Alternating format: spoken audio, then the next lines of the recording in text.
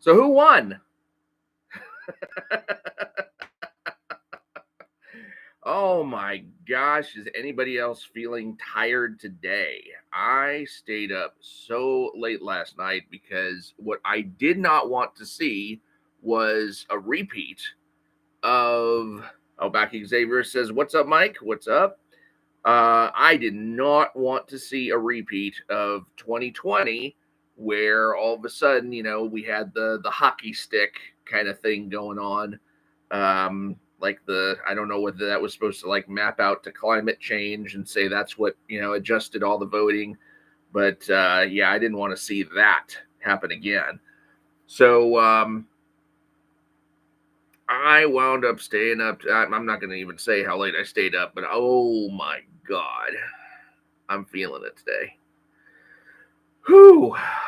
I'm also feeling the impending pain of dental work in the near future because I found out at the dentist today that I got some cavities that need to be taken care of, which really sucks because I think one of them is going to, one of them is going to be on one of my front teeth.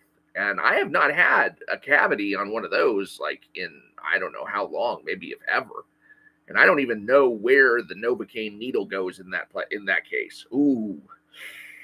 I'm used to having Novocaine injected like into the backs of my mouth. So, I can handle that. But good Lord, if they have to like put a Novocaine needle like right up and jab into my.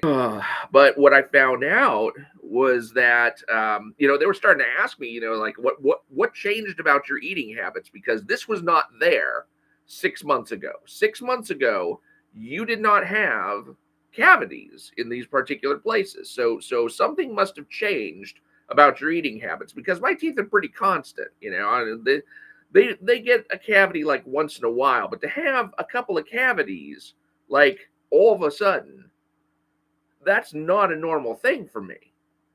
And so I'm looking at that like I don't know. I don't know what's changed. I mean, I did try kind of half-assed kind of going keto, but not enough that, I mean, it would have changed everything about my eating habits. It took me forever to realize that, there were two things that had mainly changed. And it was the fact that I had taken to eating Genghis Grill again. And Genghis Grill, of course, they pour on the soy sauce. I mean, you basically order sauces from them, and soy is one of the main ingredients in their 3G sauce, at least. And then I've also taken to eating sushi. And because I found this nice place that's local to me, and it's got rotating plates. It's got one of those conveyor belt things where they send little plates of sushi by you, and you can just take the plate, and you pay about $3.35 a plate. And then you get your sushi right there. So you can I can eat quite a bit of that stuff. I mean, I can generally rack up a $50 meal every time.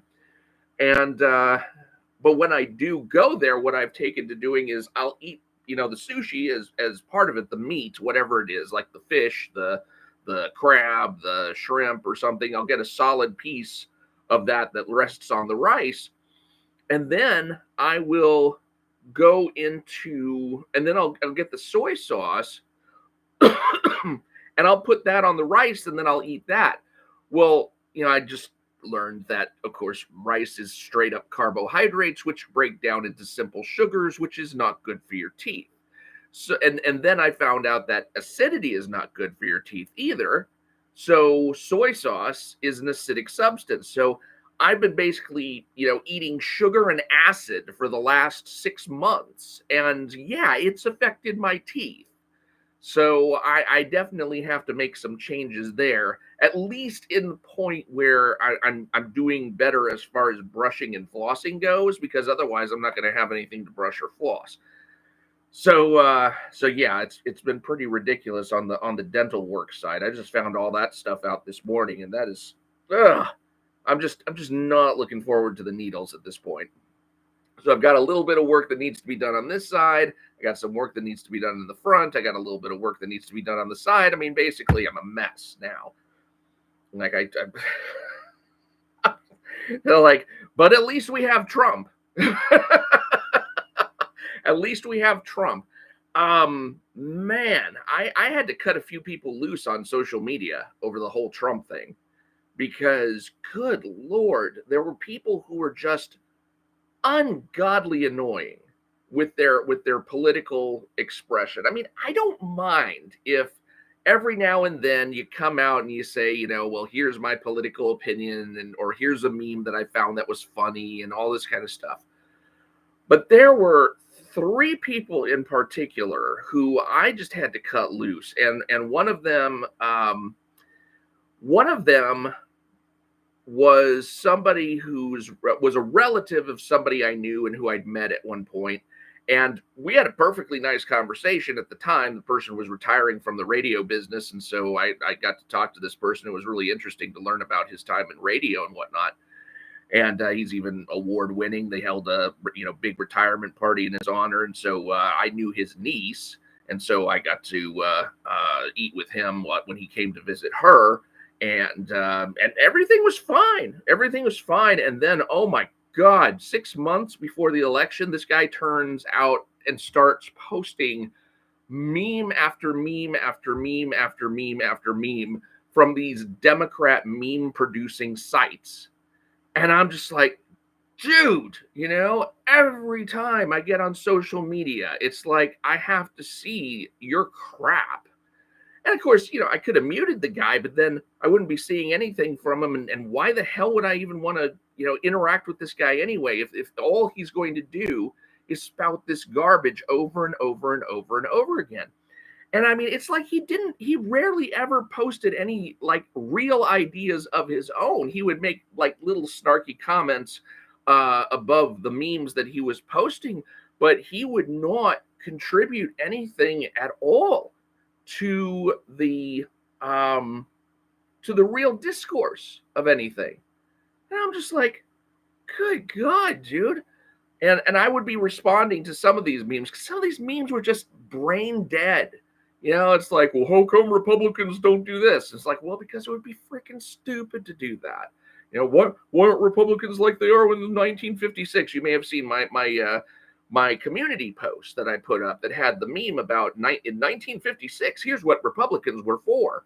And Democrats are like, well, why aren't they for the same things that they were back then? It's like, well, because the country isn't the same way that it was back then. We didn't have the same political structures, political entitlements. We didn't have the same problems at that particular time that we do now. So why would we want the same things as in 1956? That doesn't make any sense. You know what the Democrats wanted in 1956? Segregation. I mean, can you imagine a Republican meme that said, in 1956, the Democrats wanted segregation and they didn't want blacks to vote. Why don't they want that now? I mean, oh my God. So I'm just like, this guy over and over and over. And finally, he puts out this like weak little statement on his page. And he's like, well, meh. I guess we'll see what happens. I said, well, the first thing that's going to happen is I'm unfriending you, all right? I don't want anything to do with you anymore because you have been like this layer of crap that has pervaded my timeline for like the last 6 months, and you have not provided anything of value over that 6 months that I need to keep in my life. So see ya, loser. My good Lord. And then there was this other woman, and this woman really frosted me because she's one of those who's like, she pretends that she's religious, and she talks about Trump being the Antichrist, and then says, I can't believe there are so-called religious people who would vote for him. It's like, have you seen the other party? Have you actually seen them? Hello. And so I'm like, I don't need this person either. And the gall of this woman, I told her, I said, I don't know why you sent me a friend request, but I'm really, really regretting that I ever accepted it because you've done nothing but bring misery to my timeline for the last, I don't know how long, for the last 6 months at least. And so, and then she had the gall to say that I friend requested her. I'm like, no, that did not happen.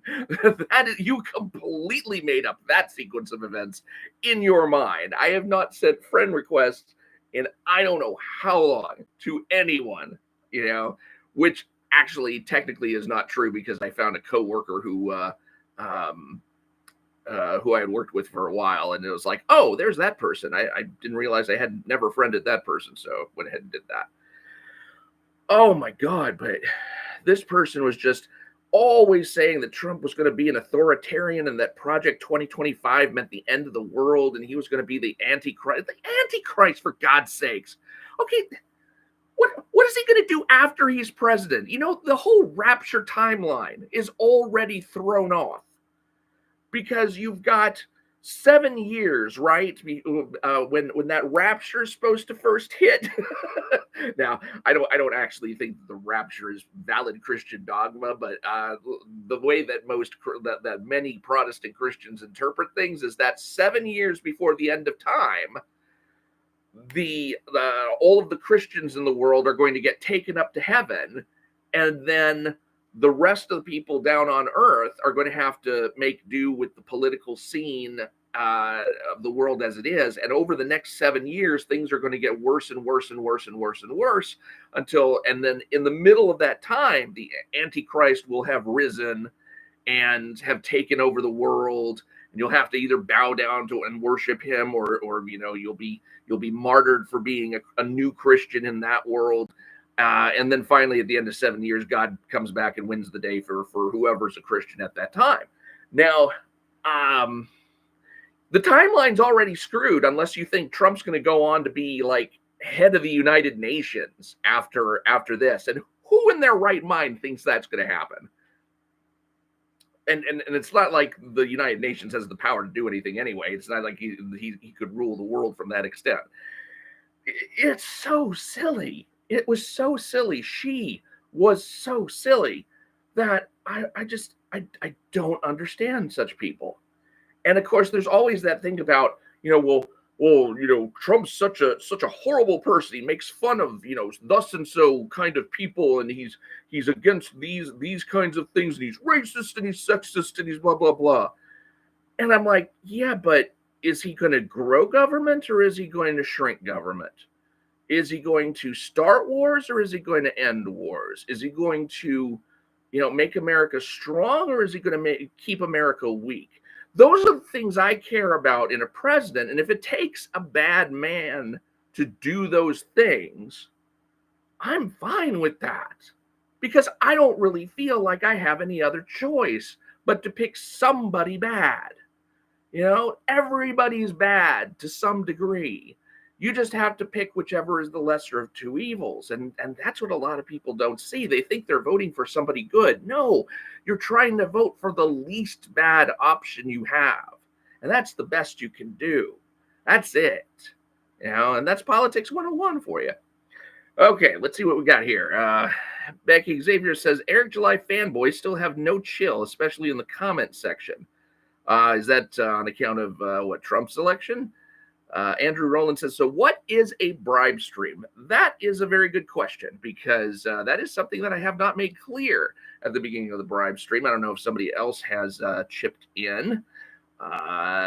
Nope. Okay, so here is what a bribe stream is.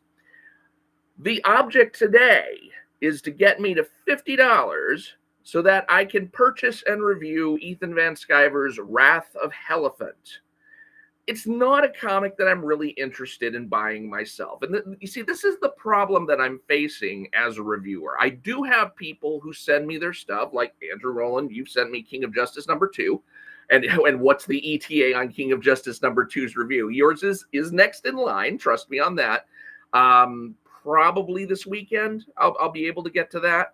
I'm just trying to make sure I've got all my ducks in a row, because when I did that Project 2025 thing and finally put that out, oh my God, that was such a drain.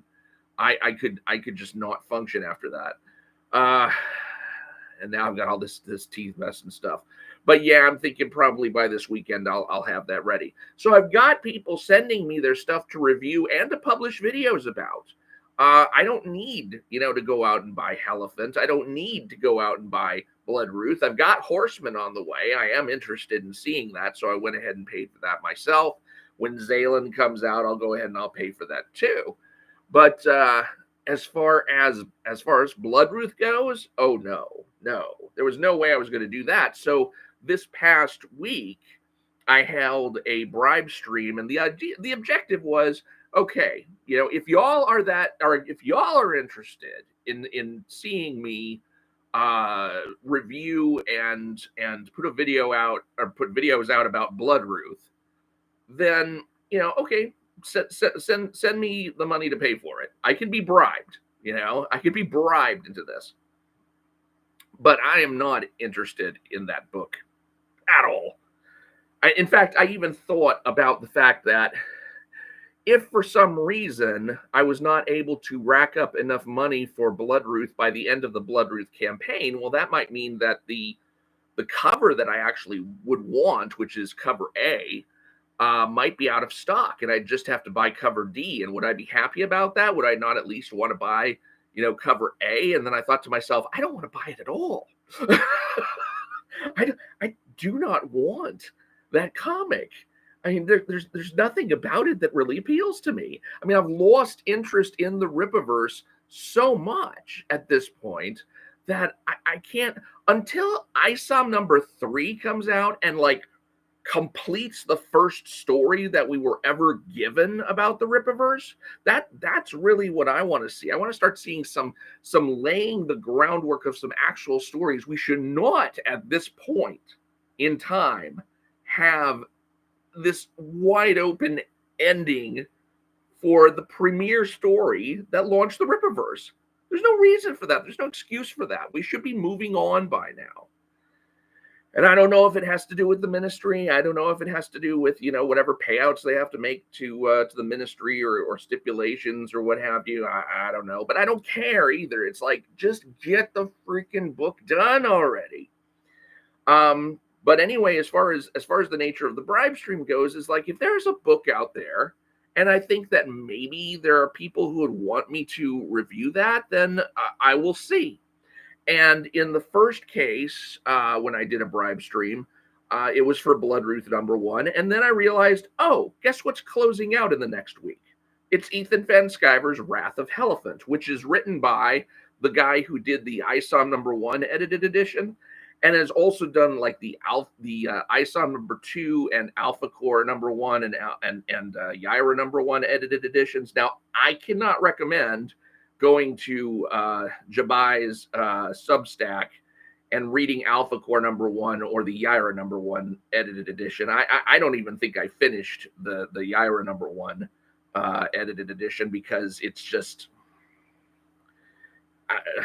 I couldn't even really get into it. I didn't like the source material enough that I would want to see it improved. I mean, I already did my review videos on that.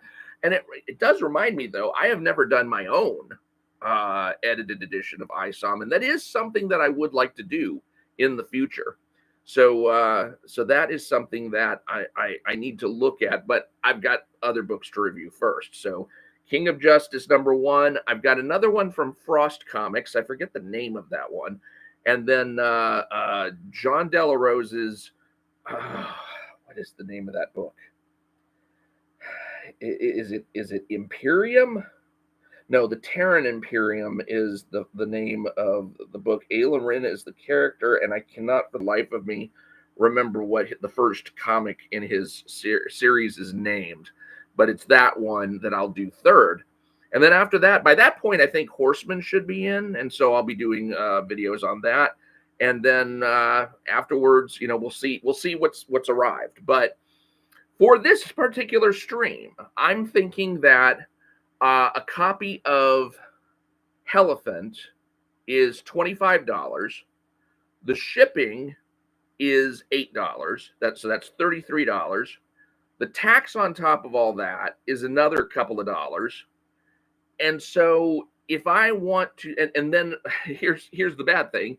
YouTube takes a 30% cut of anything that I get through super chats. So in order to get one copy of Elephant, I would need $50 in super chats. So that is my goal. And by the way, on these bribe streams, this is an ongoing goal.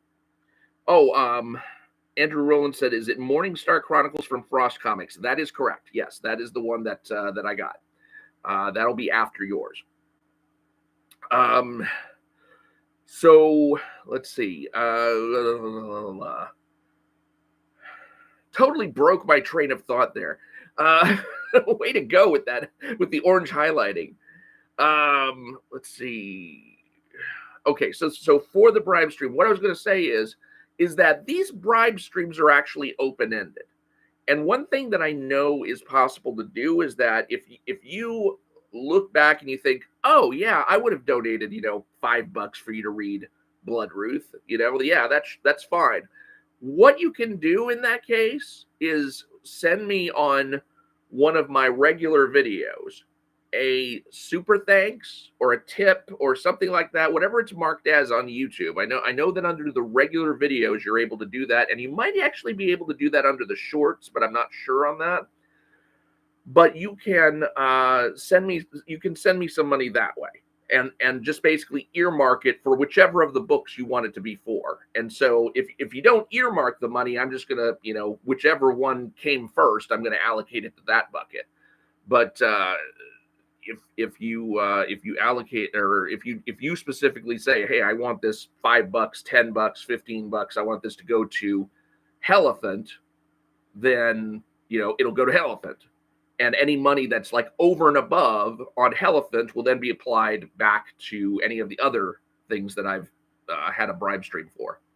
So that's basically the idea, is like, these are books that I think it would probably be valuable for me to review, but because I've got so much stuff already coming in, it's like, and because I've already paid for stuff that's coming, I mean, I've still got Liam Gray's Dino King that I got to review, and the only thing I'm waiting on there is for my second copy. So once I've got that in, then that's a fourth review, and it takes a while to do these videos, and sometimes I do multiple videos on a particular comic, so I could wind up being full for quite some time. And so it doesn't really pay for me to like shift things or move things aside for these comics that I don't even know if y'all are going to be interested in. I mean, who among you out there is interested in buying Elephant? That's a question that I've got. In fact, maybe I should put that up as a poll. Let me see. What can I do here? Can I create a poll on that? What does this do? Engage with your audience. Start a poll. Okay. Here, I'm just going to start a poll here. Never done this before. Are you planning on reading EVS's Wrath of Elephant? And yes or no, and is that it? Start poll. Okay, there you go. So let me catch up. Oh, we got some votes up there already. So 2 out of 3 said yes. Let's see. Becky Xavier says, let's see if Trump can promise what he can do. Wait, do you mean do what he's promised?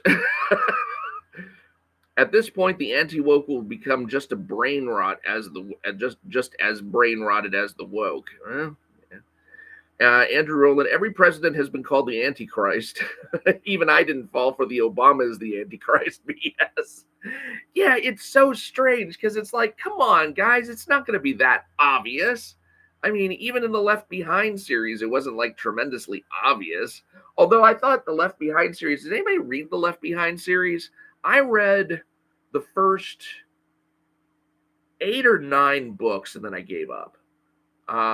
Which is kind of far to get into the series and then give up. But they had, what was it? Okay, so it was around book 2, I think it was, and I think they misnamed these books pretty badly. The first book was called Left Behind. The next book was called Tribulation Force, because it was they felt like it was about the group that had been put together to kind of fight the Antichrist.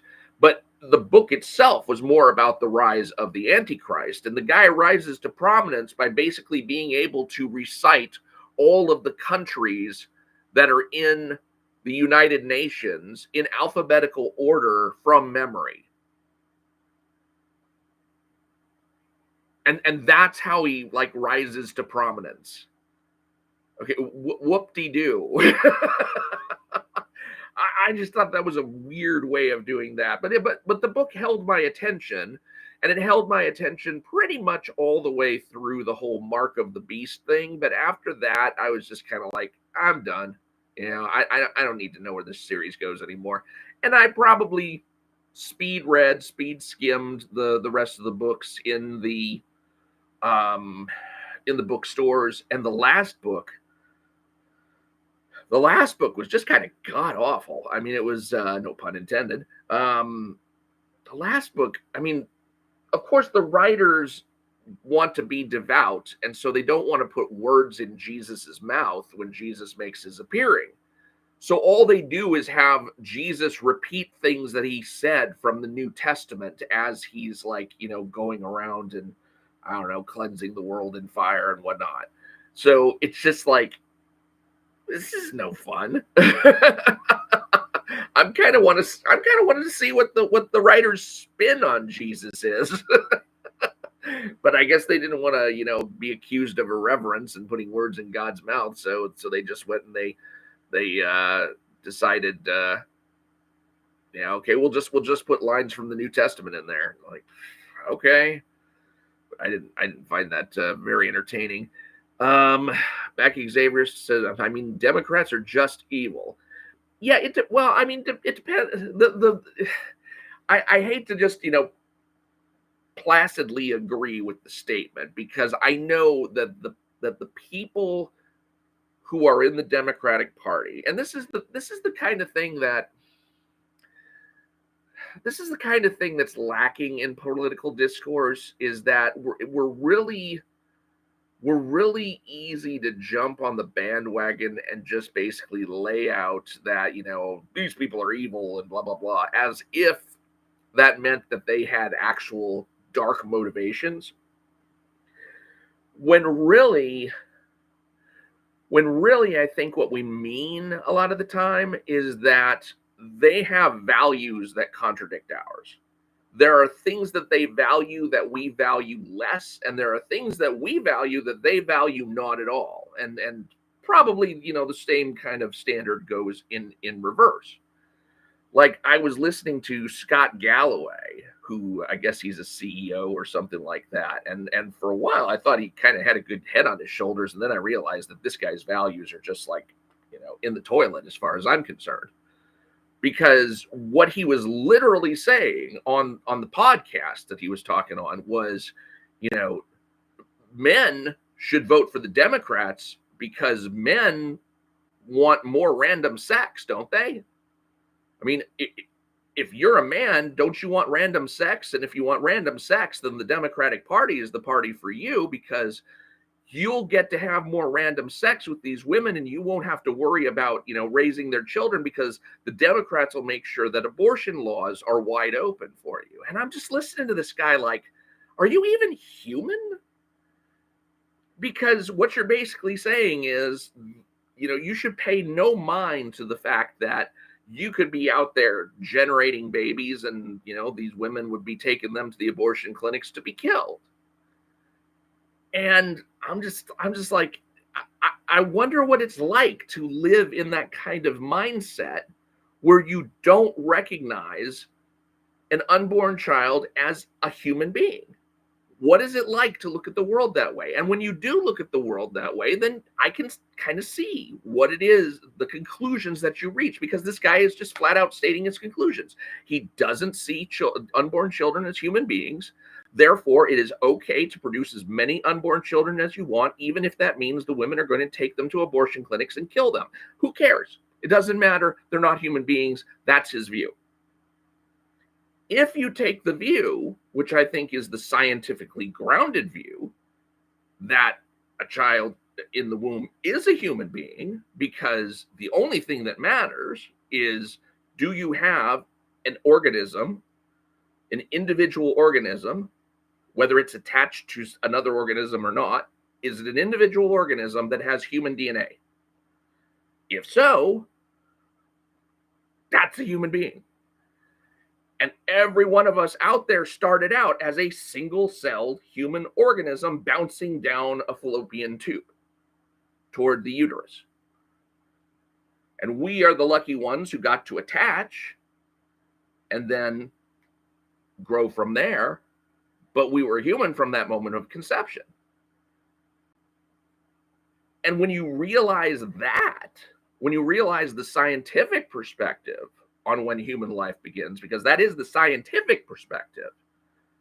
People will try to bring, consciousness and souls and other things like that. I mean, they're going more on a religious platform. Once you realize, actually how babies are made, and for all of the sex education that's out there in the schools, there is a paucity of actual knowledge about how babies are made.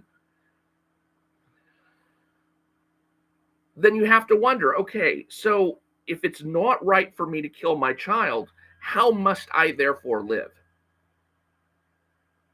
And how must I therefore live is therefore not compatible with the idea of, oh, you should just go out and have as much random sex as you want. No, you actually have to start living a more rational life, a life that's led by your brain and not by your gonads. And I really think there are a lot of people out there who look at themselves and say, I don't have that kind of self-control. And they hate the pro-life because the pro-life believe they could have that kind of self-control if they really wanted to. All this stuff about, bodily autonomy, it's like, oh, men are just out to control women's bodies. No. The thing you're missing is that there's other bodies besides the women involved in here. How the hell did I get off on all that? Let's see. Oh yeah. So when you say Democrats are just evil, I mean, there's ways in which I think that's true, but that's because of a difference in values. From their own perspective, they think of themselves as good, and because we value things that they don't, they look at those values and can't comprehend them.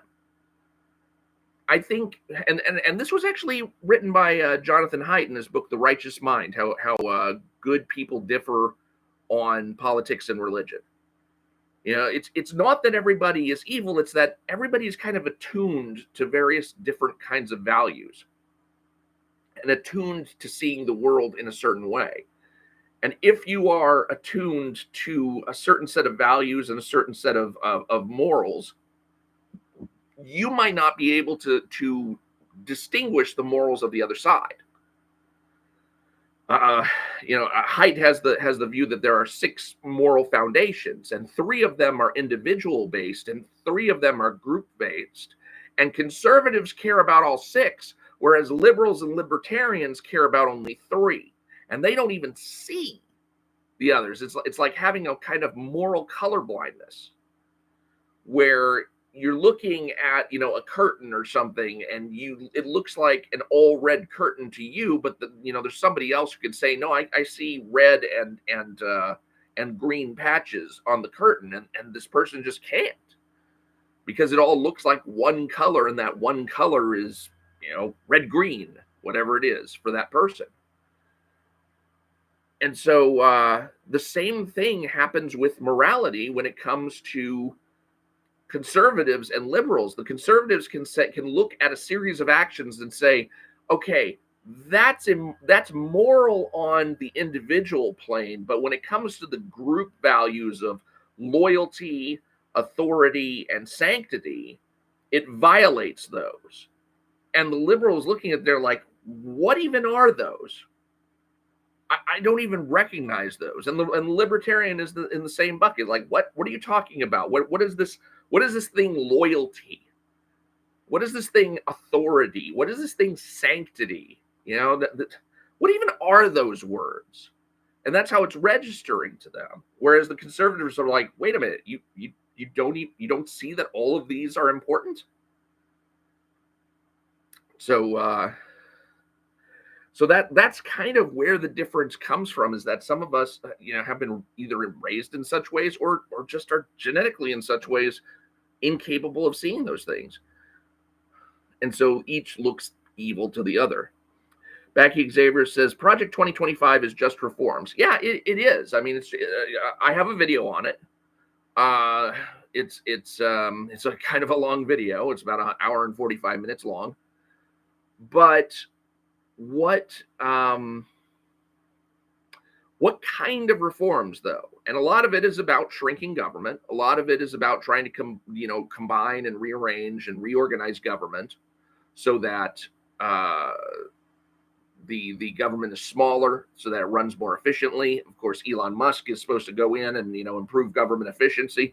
I'm really looking forward to seeing what happens in the first 100 days of the Trump regime, because the only thing that's going to be really hard on Republicans is that it looks like Republicans are not going to take the House. And if that's the case, they're going to face a lot of obstacles from the Democrats. And even worse, in the midterms, it's more likely for the party that opposes the president to take more seats than it does for the party that is in line with the president. And so the problem that they're going to find is that they're not going to be able to do all of the things legislatively that they'd like to do. Well, for example, they'd probably like to get rid of the Department of Education altogether and say, look, let's just leave education to the states. We don't have to have national standards for all this stuff. We can have each state have its own standards and let them take care of it.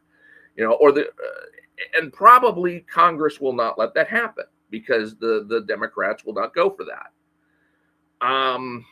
What they might be able to get past Congress is, some defunding of the Department of Education, or at least a streamlining or stripping down of what the Department of Education does, so that they're able to really keep all that stuff under control and under budget. But they're probably not going to be able to do the kind of widespread reforms that they could do if the House was controlled by Republicans as well. So it looks like of course, Trump's going to be president. Republicans are going to have the Senate, and then the House is going to probably stay in the hands of the Democrats, which, it's a shame, but what are you going to do? You got to just endure. So where are we coming to on that? So, So Project 2025. The main thing about Project 2025 is that they're seeking to undo one of the things that used to be hailed as a government triumph, which was civil service reform. And civil service reform was implemented in opposition to what's called the spoils system. And the spoils system is basically when you come into power, let's say you're the president and you come into power and you have all of these positions that need filling. Well, you're going to fill it with people who are loyal to you. But just because they're loyal to you does not mean that they're the best people for the job. And so in civil service reform, what they tried to do was they tried to say, okay, we're going to implement tests and merit-based studies or hiring practices, so that when a president, comes in and tries to appoint all of these different positions, well, maybe they have to go through these tests, or maybe they have to go through all of these other bells and whistles in order to make sure that they're vetted and verified. And I think what Project 2025 wants to do is undo a lot of that, so that the president can basically place in power, in positions of power, people who will use that power for him, because he's the president. And it's funny because the left is saying, well, that's going to make him into a dictator. But as far as the executive branch goes, the president is the only person who has any real power invested in him by the Constitution, and everything else that is in the executive branch is held is a delegation of power from the president. So nobody's supposed to do anything without the president's okay on that. I mean, they're supposed to go about their jobs according to the mission, but the mission is entirely defined by the president and otherwise by, congressional statute. So, that gives the president a humongous amount of leeway. And that was one of the things that they really wanted in the Constitution, was they wanted to have all of this power focused in one man, so that this guy could be decisive when he needed to be. He could be a commander in chief. He could be a negotiator with foreign nations. He could be the person who speaks for the country. He could be all of those things and not have to mess around trying to get permission from all of these other areas. A strong chief executive is what the Constitution was all about. Well, not all about, but I mean, it's one of the things that the Constitution was all about. And so for the Democrats to come and say, oh, this is putting too much power in the hands of the president, all of the power of the executive branch comes from the president. And it devolves down upon the bureaucracy only as a delegation from him. So there's a lot of, nonsense that goes on that I think one of the things that they're mainly worried about is that if there is a branch of the executive, or if there is a department of the executive branch that benefits from being more independent from the president, like, for example, Bureau of Statistics or something, you don't want somebody cooking the books. You want somebody who's just going to look at the numbers and then look at the numbers and then report the numbers to the president. You don't want somebody who's going to try and spin the numbers to the president's benefit, and you sure as hell don't want somebody who's going to take the president's direction and try to change the numbers. Because kind of like when you had that whole, the hurricane path that all of a sudden had this, Sharpie marker kind of outgrowth on there. It's like, no. You don't want the president messing with those kinds of things. And those are the kinds of things that I really do fault Trump for. I do think that he was, he overstepped a lot in trying to make things about him and in trying to make it seem like he was never wrong. And that's one of the things that, we're going to have to deal with for the next 4 years is the fact that he hasn't changed in his fundamental character. He still thinks he's never wrong, or that he can convince people to believe he's never wrong. And therefore, we're going to have to put up with 4 more years of that BS. And one of the things that people are concerned about on account of Project 2025 is whether or not he's going to be coddled by all of these people instead of stood up to when he needs to be stood up to. And that is one of my fears. It is a fear of mine that, when somebody like Bobby Kennedy comes to him and says, we need to do X, Y, Z. And Trump says, oh, well, I think we need to do A, B, C. And the two are at loggerheads. Is it going to come down to a point where Bobby Kennedy just says, I can't work for this guy? I came in here believing that this guy was going to be supporting me and my agenda to make America healthy again. And here he is saying that cheese balls should be, one of the at the top of the food pyramid, that Cheetos ought to be at the top of the food pyramid because Cheetos reflect his inner orangeness. And that's really what Americans need is his inner orangeness. So there is a concern that he's going to be too overbearing, even for people like Elon Musk. If Elon Musk comes along saying, hey, we need to cut this stuff out, and Trump, for some reason, has already said, oh, we're going to go ahead and keep that going. Is it going to get to the point where, Elon Musk is going to quit? And then is anything really going to get done? I don't know. I mean, I'm hoping that he's going to have strong enough people around him to control him. But this is Donald Trump. When has that ever been the case? I mean, you would have thought that, his own lawyers would have at least been able to stand up to him and say, these cases that we're trying to take as far as the election fraud goes, we just don't have cases here. You got to let us go and pursue other avenues because we've got to deal with the facts on the ground. only to have Trump say something like, well, the facts are whatever we say the facts are, just go and keep stating the facts is what they are. We don't need more of that. And yet that's maybe what we get. Let's see. Andrew Rowland, I'm a Protestant Christian, and even I don't fall for the rapture part.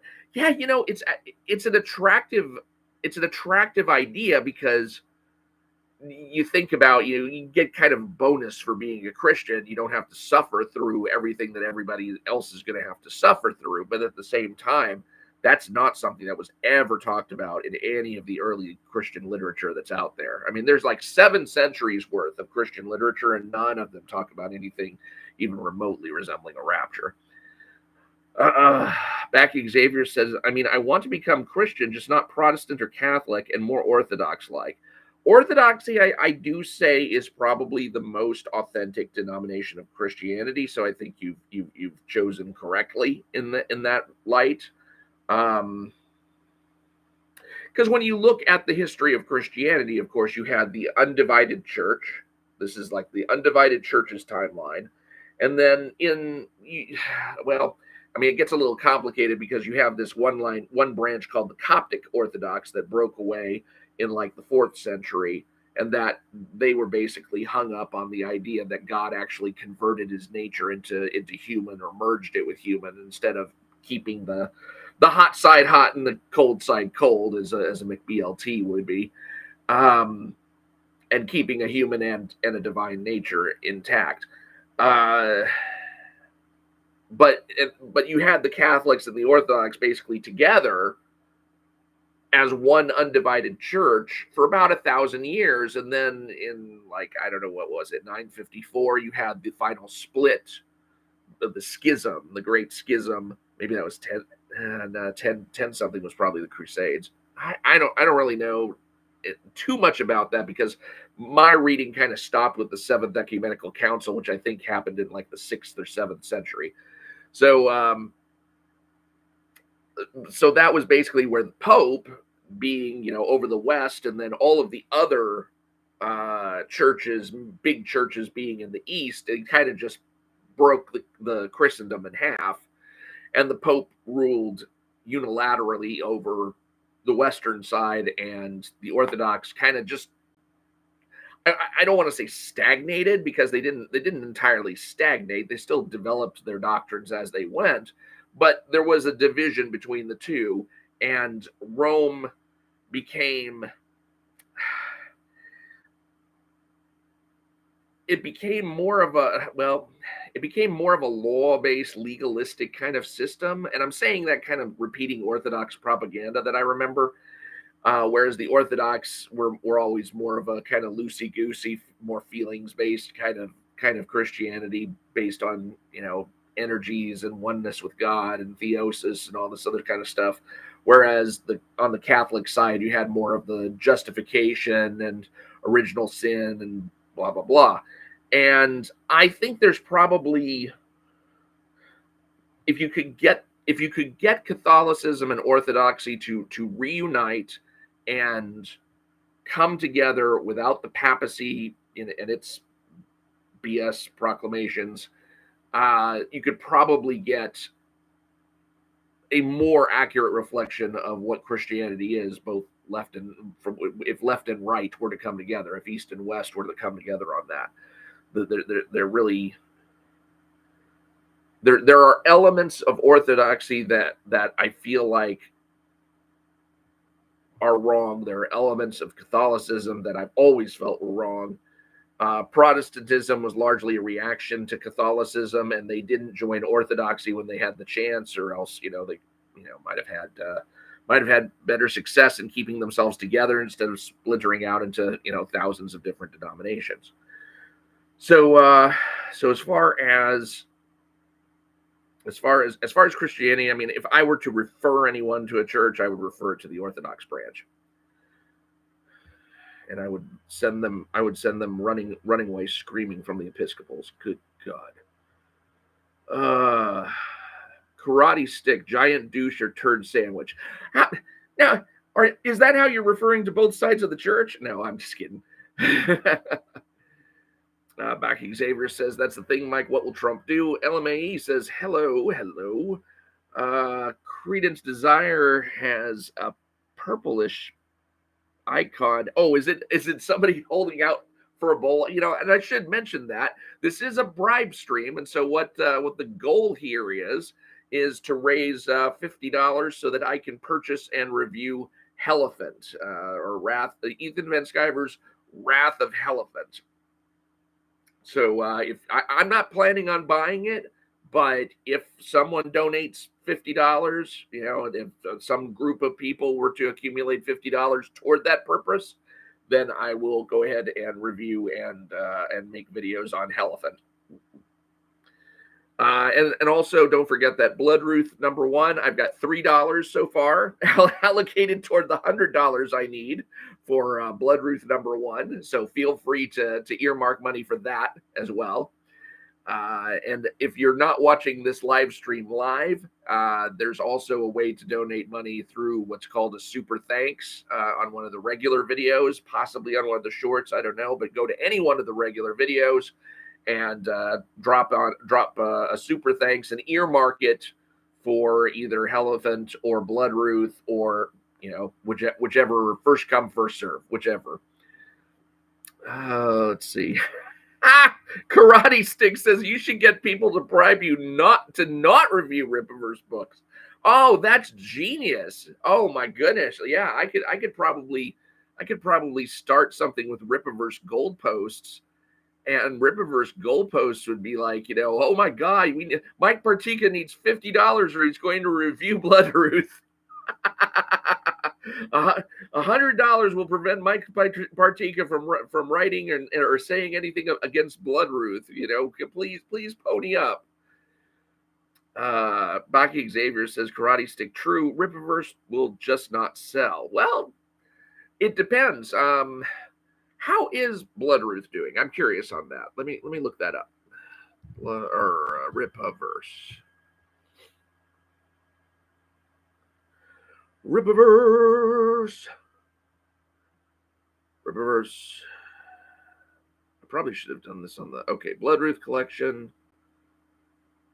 I will say that the artwork on the Bloodruth collection does look pretty good, or the Bloodruth book. And the reason I say that is largely because this is the guy I said should have won the second place finish in the art contest, and I guess Rippaverse decided he was worthy of the first place. Now it's doing 360,000 in total sales. Is that where Gooding was? So 6,319 total books sold, 360,000 in sales. I mean, I think Eric might have found his minimum at this point.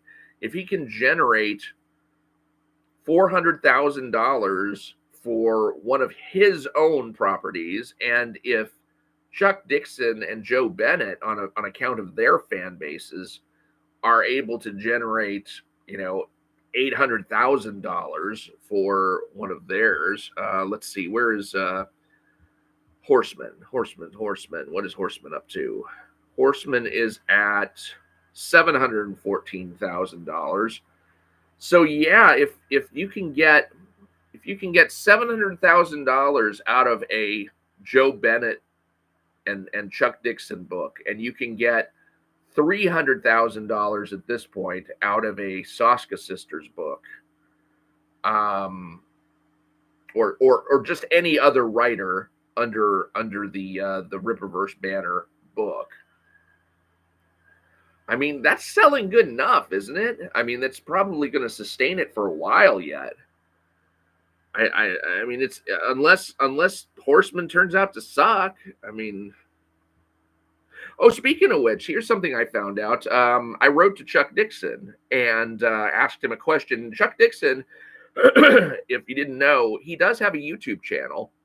And if you want to subscribe to that, every week he does a segment called Ask Chuck Dixon.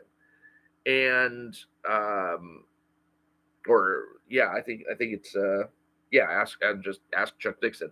And so I sent him a question, and he said that he will be answering that question in the next Chuck Dixon show. So yeah, I mean, subscribe to Chuck Dixon. His weekly Q&As are pretty interesting because he was around for back in the day. Some of the 80s and 90s Marvel and DC stuff, and he was part of the whole Nightfall thing on the Batman side, and he wrote Punisher for a good long while. And yeah, I would advise he gives writing tips, and he talks about various genres of writing and things like that. And he also has another show where it's called What You're Reading, where he's talking about the things that he's reading at the moment. So yeah, I would recommend looking for that, especially since on the next episode of Chuck Dixon, my question should be featured, and my question has to do with the relationship between the writer and the penciler and the editorial department, and how do they all work together? In the old days, for example, did Chuck send to the editor over at DC or Marvel? Did he send his script there, and then the editor would read it and then suggest changes, or did the editor just make changes and then send it on to the penciler? How did that all work, and how does it work at Rippaverse today? That's something that I'm really looking forward to hearing about, because I didn't say anything because I know from Alpha Core #1, if I were an editor working at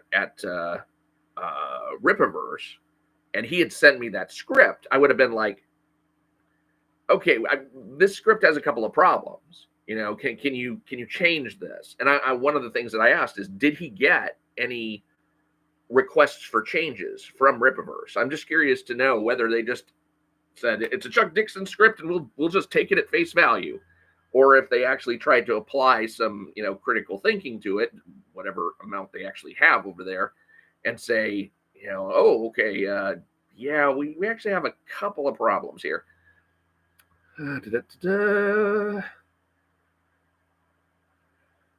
Andrew Rowland says, I'm not all that interested in Elephant either. Yeah, if you haven't voted in the poll, feel free to. Currently, the poll looks like 50-50. 16 votes. And this is interesting. This is really interesting. I wasn't expecting it to all fall out like this. But I've got 16 votes, and half of the people, eight votes for planning on reading Elephant, and 8 people are not. So that's pretty interesting. Huh. Was not expecting a split like that. Of course, I can't say I was really expecting anything, but at least people are voting. Creed's Desire says, rolling on the floor laughing, don't know at what. Backy Xavier's, what even is Elephant? Okay, so Elephant is Ethan Van Sciver's idea. It's based on a true story about a elephant that went wild and killed a bunch of people. And he's thrown in a couple of elements. Elements. I thought I'd said elephants, but no, I didn't. In which the mother elephant and the baby elephants get killed by the cruel trainers and such. And so the mother comes back as kind of a demon-possessed zombie elephant that's bent on revenge. And so the elephant basically, goes on a rampage, killing the people who killed it and its children. And it's kind of like a slasher flick where Jason Voorhees is the elephant. Frogs Tony says, BRIBEstream. I don't know if you were here for the explanation of that, Frog Tony, but for a BRIBEstream, basically what I'm looking for is, in this particular one, $50, and I will be purchasing and reviewing Ethan Van Sciver's Elephant, The Wrath of Elephant. And I've also got another open BRIBEstream, which you can contribute to by donating on any of my other videos, and just earmark it for that one. Bloodruth #1. I'm not planning on buying that and reviewing that, but I can be bribed. So if you're actually wanting to see how Bloodruth, compares, how it, whether or not it could have been improved immensely, whether or not it's good compared to the rest of the stuff. I can't. I will not be telling you unless somebody pays me to do it. Let's see. Andrew Rowland said Morningstar Chronicle. Yeah, I got that one already. Maiden Hell says Overmind is the John Della Rose book that I will be reviewing. Thank you for that. Let's see here. Guy from Red Bank says, "Hey yo." Backy Xavier says ISOM still sucks and woke spotting is becoming brain rot. Zombie Boy has a woo for us. Frog Tony says, I do more than Rippaverse content. So show your boobs, Mike. That will get you money. No, that will get somebody money. That will get that will get a bail bondsman money. It worked for Sturgis, oh Lord. Now, is that his actual real name?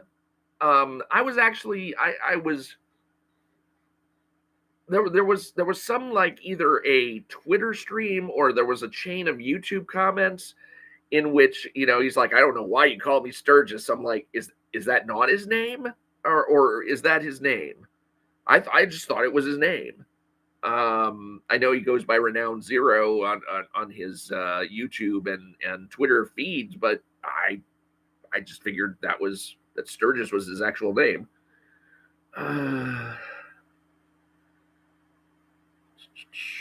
Backy Xavier Stills Frog Tony, I might sub to you again. Got a hello from Crean's Desire. Student OG was laughing. I don't know at what. Frog Tony says Alex Miller is here. Now, is that Student of God? LMA civility over freedom. Yeah, well, probably not. Not these days. Karate Stick, going back to my talking about abortion, the woman can choose to keep the baby and you're on the hook for child support, which is true, which is why you probably want to keep your, in your pants instead of hooking up with a woman who might do that to you. Super Tizo said, someone bribed me to watch more of Mike Partika tonight. It's like, I don't think you're going to get any takers on that. Karate Stick says, from my point of view, the Jedi are evil. God, those movies. Oh, shoot. In fact, somebody did post a meme today. I don't remember where, but it was saying, this is how democracy dies, with thunderous applause. And I put under there, yeah, the Phantom Menace. I know it came from Revenge of the Sith, but I'm saying the way they're acting this way over a Phantom Menace. LMA, I know with the women, many are guilt-ridden and hate it when you remind them that they killed their child. I've got a video out there that is called my 3 favorite reasons for being, or my 3 favorite times I was blocked. And it talked about when I was blocked from somebody's social media for saying things that were just basically obviously true. And one of the times was when a woman was arguing about her abortion and saying, well, I didn't kill my child. I just corrected a mistake. I said, and how old would your mistake be today if you hadn't corrected it? And she blocked me like right after that. I was like, yup. And you know what's funny is I remember I was talking with a young woman on Twitter once, back when I was on Twitter, back before they banned me for life. And I remember talking with her, and she was a nice kid. She had gotten pregnant, she'd gotten an abortion, and she was talking about how her abortion had, spurred her to take responsibility for her life in a way that, prior to that, she hadn't done. And I went easy on her. I didn't basically say, it's like, well, yeah, I mean, killing your kid is probably going to do that. And when you know that your future is now possible on account of, having your kid die for you, then you kind of want to make that death count for something. But, realize what that is. So, yeah, she was nice. It's just she hadn't really, I don't know, come around to the realization of what exactly was going on with herself psychologically. Becky Xavier says, I mean, the modern Jezebel is insane. Wait a minute, the modern Jezebel, is that a book? Or is that reference to just women these days? Becky Xavier says to Karate Stick, I prefer Dune. And Karate Stick says, from my point of view, the sandworms are evil. It's like, oh, poor sandworms. I did see both the Dune movies, by the way. Well, I mean, both in the sense that, well, actually, I think I've seen 3 different video interpretations of Dune. I've seen 3 different video interpretations of Dune because way back in the day, of course, I saw the Kyle MacLachlan, David Lynch one. That is who did that one, right? David Lynch? Or was it somebody else? I don't know. But Kyle MacLachlan was playing Paul Atreides at the time. I probably like that version best, just on account of you really got to all of the sci-fi portions of it that you needed to. I would have to go back and watch that again. I don't really know what I think of that version. Now, I did see there was a 5-episode miniseries on Sci-Fi that had William Hurt as Leto Atreides. I don't remember who played Paul Atreides in that one, and that one was good. But again, I don't remember how much I liked it. Now, this current version of Dune, the ones with Timothée Chalamet, that guy, I'll tell you what, that guy is a force when it comes to acting. I mean, he is an amazing actor. I saw him in 2 movies, kind of one after the other. I saw Dune Chapter 2, and I also saw Wonka, in which it's the prequel to the Willy Wonka movie, to the Gene Wilder Willy Wonka movie. And in both of those, he was just on fire.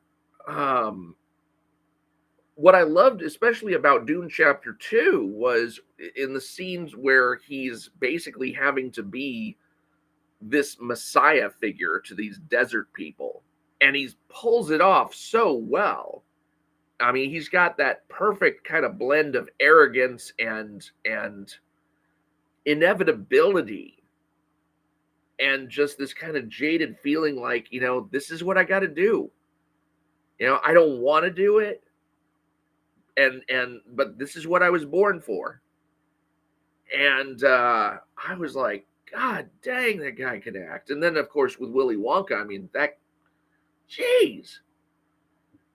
So I'm really, really impressed by Timothée Chalamet. I mean, I don't know what else he's done. I think the first time I ever heard of him, it was in it was like a gay movie called Call Me by Your Name that he did with Armie Hammer.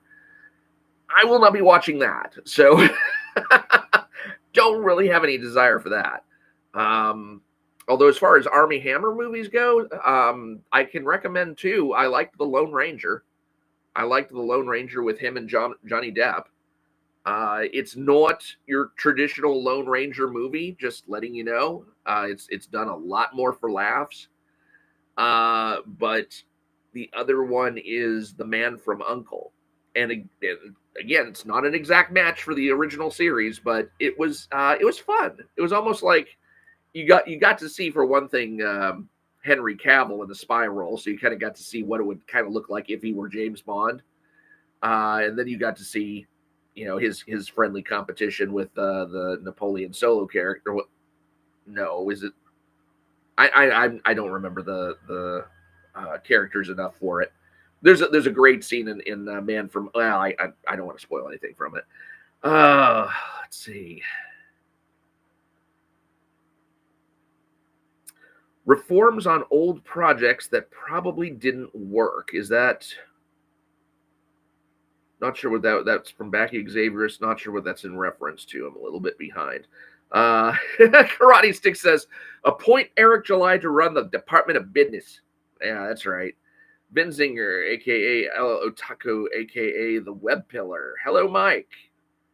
Yeah, thanks for making me read all that. I'm just going to go with Benzinger after all that. Karate Stick, are you saying Jesus Christ you can't hit a curveball? Backy Xavier says, my favorite is Coin Greek, aka Byzantium.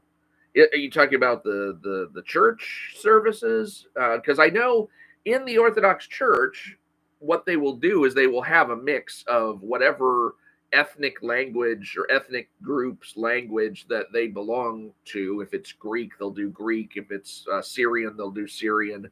And if it's Russian, they'll do Russian. I mean, it's I think they do. There is this thing called the Orthodox Church in America, and I think they might speak all English in there. But I know that I think they're branched out of Russia because all of the Orthodox churches are kind of branched from those four churches. Like, what was it? Ephesus, Constantinople. I don't think Corinth is right. Constantinople, Ephesus, Jerusalem, and there's a fourth church. So Alexandria, I think. Oh no, wait, it's not Ephesus, it's Antioch. So Antioch, Alexandria, Jerusalem, and Constantinople. Those are the four Orthodox churches that separated from the Roman Church. Rome being the fifth of the other ones. God, that's really taking me back to all those things. Donations link. No, Jin Wong says, is there a donations link? If you want to donate, send me a super chat. It is if you go down to the chat thing, there's a little dollar button, and it says show your support for Mike Partika. If you press on that, you can send either a super sticker or a super chat. The super chat, you have to, I think $2 is the minimum on a super chat. And then you have to, if you want to do a longer super chat, you pay more. That was one of the interesting things. You know, I have not done a whole lot of super chatting. I think I've done all of one super chat, and it was for one of Ethan Van Sciver's live streams. And I was letting him know that I was going to be reviewing Horseman. No, not Horseman. I was going to be reviewing John De La Rosa's Overmind book. And so I was going to send him a super chat, and then as I'm going, it's kind of like the price is increasing as I'm typing. I'm like, what the hell's going on? I mean, can't I just send a $2 string of text? And it's like, yeah, if it's only 50 characters. And so I actually had to fight to get my my string of characters down to be like just at 50 in order to make it a $2 super chat other than a $5 super chat. Because I think $5 will let you go like up to 100 characters, and then $10 I think lets you go up to 200 or 250, and then of course 50 you can practically write a novel or something. So anyway, yeah, that's one of the ways to do it. Or if you're just looking to donate, straight without leaving a message, then you can purchase one of the super stickers, and I get money from that as well. But what we're doing today is Wrath of Elephant by Ethan Van Sciver, and if you want to donate to see me purchase and review that book, then I've got a $50 goal set. Otherwise, if you want to earmark the money for Bloodruth #1, that's also an open campaign, BRIBEstream campaign, and that's I still have $97 of the way to go for that, but you can still donate, and eventually we might even get there. Let's see. Karate Stick, Chuck will just tell you NDA. No, he actually sent me an email back saying that he would address my question. So if you missed it, if anybody here missed it, I'm actually going to be have one of my questions featured on Chuck Dixon's podcast, weekly podcast, coming this week. I think he does his on Thursday nights or Friday nights, maybe. Actually, he did one last night, I think, and I don't know if I saw it. I have to go back and check to see whether I saw it or not. Because I was like, thank you so much for providing some diversion during the election. Oh gosh, yeah. During the election, I was like, I was really worried. I was really worried that it was going to be a repeat of 2020, where Kamala would look like she was behind for most of the time, and then would surge ahead when all the mail-in ballots started getting reporting. And I wound up staying up so late that I didn't just watch that coverage. It's not like I was obsessed with that. I was doing work, for one thing. I had work that I needed to catch up on, so I did that. And then also I was watching a movie. Well, not a movie, but a video game movie. I mean, one of the things that I love about YouTube, I got to tell you, one of the things that I love about YouTube now is how, if you don't want to play a video game, you can watch somebody else play the video game. And I love that. I love that so much. And some people will even edit their playthrough experience into a movie so that you don't have to see absolutely everything the character did. You could just see what's necessary to go through the main plots. Oh my God, I love those things. And so I've been watching video game movies, essentially, in a particular franchise, and it's been good so far. I mean, it's not something where I'm glad I never played the game, because that would have been frustrating as hell, I'm sure.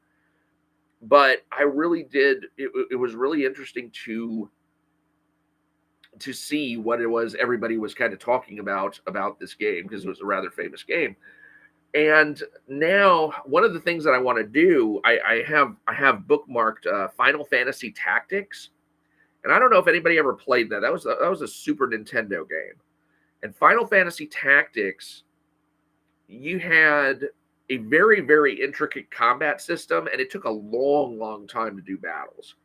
And so there was a point at which I was going to actually play Final Fantasy Tactics again, and I couldn't. I just couldn't do it. I mean, for one thing, when you've got a combat system that's so complex that it matters what your character's astrological sign is compared to the character that you're trying to attack, I just can't be bothered with that kind of specificity.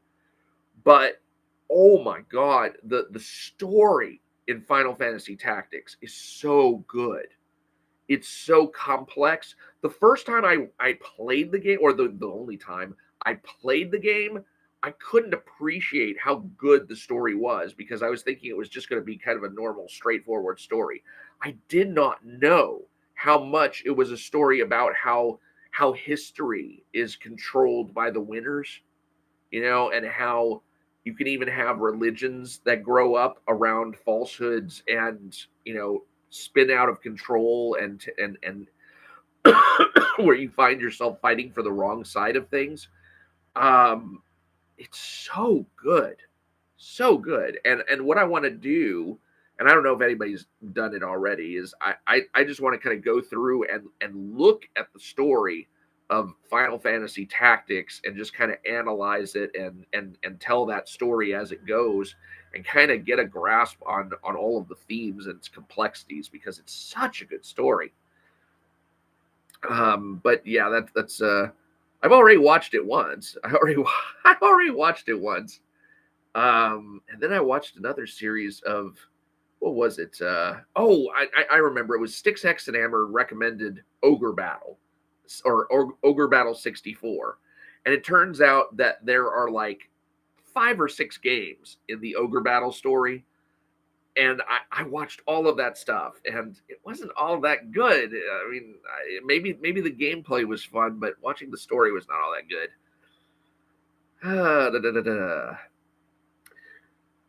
Baki Xavier says, yeah, I don't know what Rippaverse will come up with other than that Elephant seems really similar to Grizzly and some killer whale movie and a true story of a bunch of lions killing people. You know, I saw something recently. Oh, it was Chuck Dixon actually. Um, I think Chuck Dixon wrote a book called Bad Dogs. Let's see if I can pull that up. Hold on a second. Let me look at that. I think I remember seeing it on one of Chuck Dixon's latest shows, or at least the latest shows of his that I watched, because I accidentally watched one of his that was from like a year ago. And I want to say he wrote a book that was very similar to John Malin's Little Black Riding Hood. Let's see, Bad Dogs. No. Shoot. Yeah, I don't know.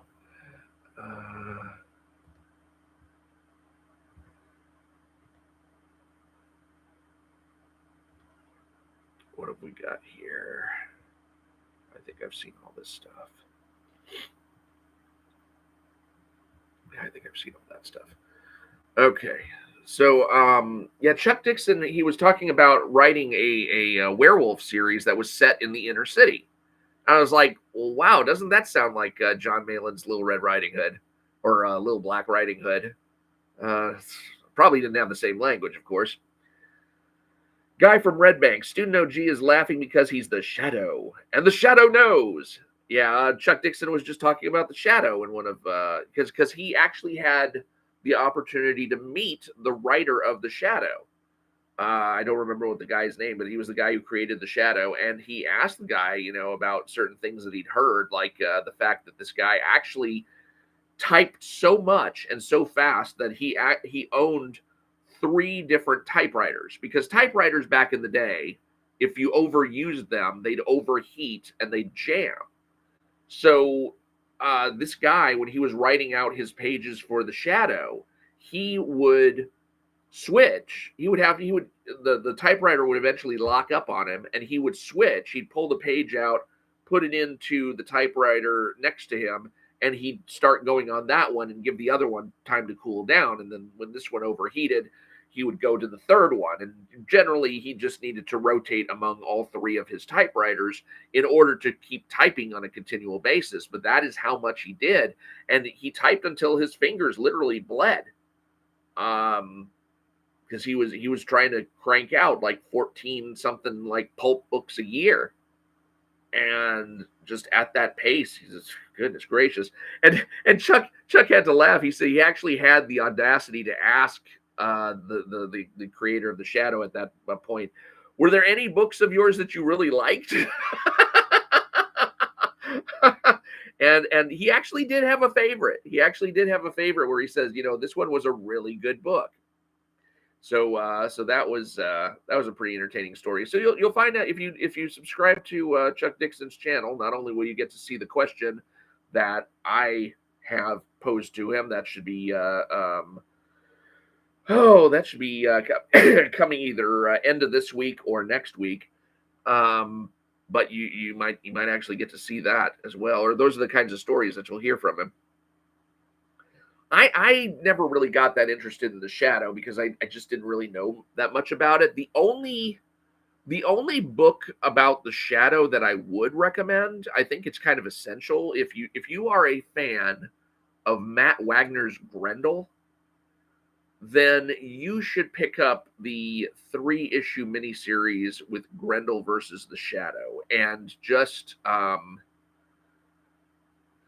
you can order the hardcover from Amazon, but it is essential. It is an essential part of the Grendel lore. In the same way that unfortunately his master's edition of Devil by the Deed is not. I don't know why he even went back and tried to redo that. It was just, oh God, he came up with a garbage mix for that. Uh, you know, Grendel is one of the first like really mature series that I ever collected. I was enthralled by Devil by the Deed, which was reprinted by Dark Horse. It was originally was a backup feature in his book Mage, and he had that split up over a few issues. And I was like enthralled by that book, and then I started getting more into the whole Grendel thing from there. And I had to. This was back in the day where you had to scour for back issues. You could not just find something online, and of course, well, there was no online. There were no online comics things back in those days. You had to go hunt through the dollar boxes at the comic book conventions, and I did.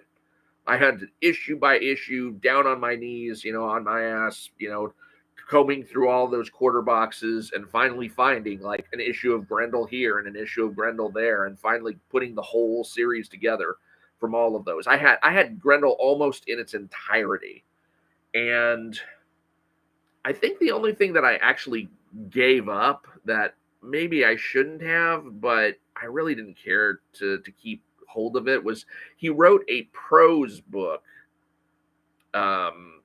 It wasn't a comic book, it was just a regular novel, and I think it was called Grendel Past Prime. And it detailed the girl Susan linking up with Grendel Prime and having some sort of adventure. But I just couldn't. Maybe I should have kept that. I don't think I did, though. I don't know. I hate having gaps. In fact, there was a comic book called A4 that had a Grendel comic, or that had, I think it was called A4. It was either A4 or it was A1 number 4 or it was A4 number 4. I don't really remember. It was one of these one-off Grendel stories, but it was so disconnected from anything else he'd ever written that I think I finally just got rid of that as well. And I still have that kind of tug because I got that OCD thing going, and I feel like these gaps, like what don't I know? But I know it's not really that important. You know what's amazing, though, is that when I went back and reread Grendel all the way through my collection to see what I wanted to keep and what I didn't, I was actually not that impressed with Grendel Warchild, which is weird because that is actually the book that probably got me more into Grendel than Devil by the Deed. I think I picked up Grendel, Devil by the Deed, and then I picked up Grendel Warchild. And of course, there's a wide gap between those two. I mean, you're not barely even going to understand Warchild from the original book, but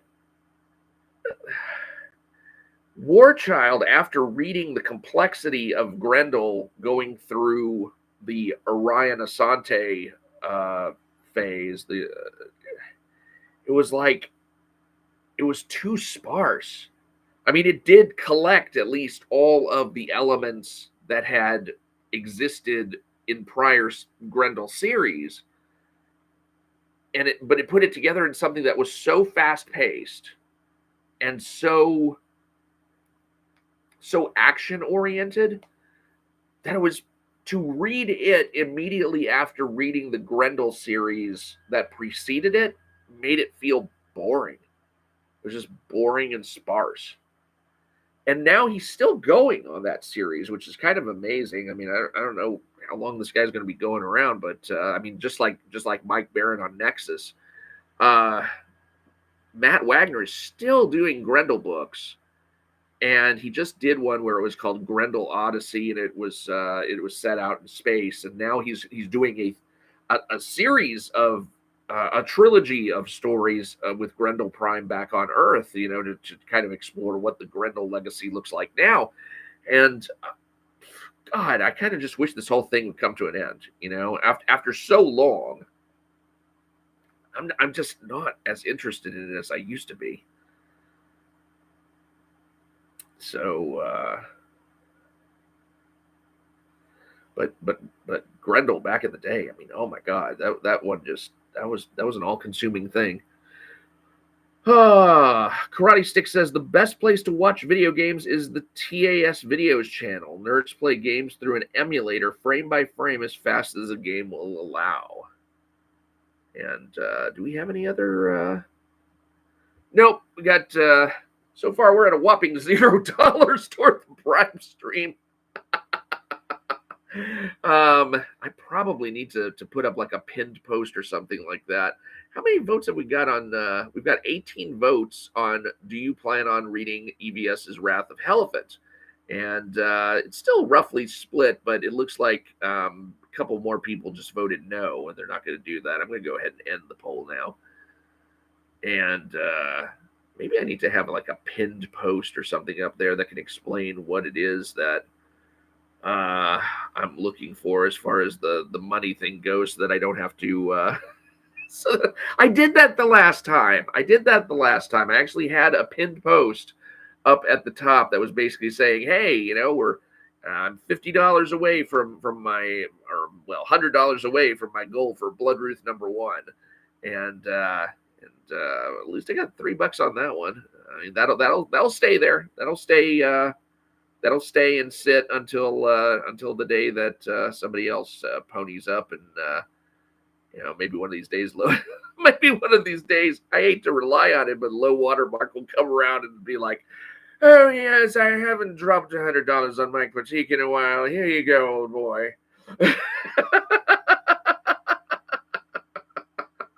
and then I'll pick up Bloodruth. Oh my gosh. Yeah. I guess what I got to do, and I was thinking about this lately, is that I have not been doing very much for the channel. I really haven't. I haven't been keeping up with well, of course, now with Trump having one, I kind of need to get back on my shorts and start putting out at least one of those a day. Haven't done any reviews lately. I know Andrew was, yeah, he's impatiently waiting for his King of Justice #2 review, which is the next thing that's up. Then there's Mercenary Chronicles from Frost Comics, or Morningstar Chronicles from Zaid Comics says, "Mike, do more reviews." I need to. Yes, that's exactly what I need to do. So, and I'll have to remind people also on those reviews that, you know, hey, you know, feel free to leave a super thanks on this review, and it'll go towards my my funds on the comics that I might review in the future. But I was thinking, you know, that's really the one, that's the only thing that you can do to improve your profile, to improve, you know, your skill at doing some of this stuff, and to improve just your channel in general, is you got to put out material. If you're not putting out material, then your channel's just going to sit there and atrophy. So yeah, you got to put out something. So anyway, even this is something, and I do after a day or so, I do put this out there and monetize it and let it sit in the backlog of stuff. So I'm starting to get hungry now, so I think I'm going to go ahead and pack it up and go eat with my crippled teeth. I still can't believe, oh my gosh. I think one of the cavities that I've got is like right in the middle, right in the damn middle. And I'm just dreading how that one's going to work out. So anyway, all right. Well, thank you for sticking around for this Wrath of Helephant BRIBEstream that managed to raise no money. But I'll post a pinned comment showing where the total sits at a whopping 0 out of $50, and then later on, if anybody donates after that, I'll go ahead and post that into the proper BRIBEstreams bucket, and we will go on from there. Thanks to everybody who has been sticking around and listening, and I'm Mike Partika. Please do subscribe if you haven't already, so that you can get notified by future BRIBEstreams and future videos. And I will talk to y'all later.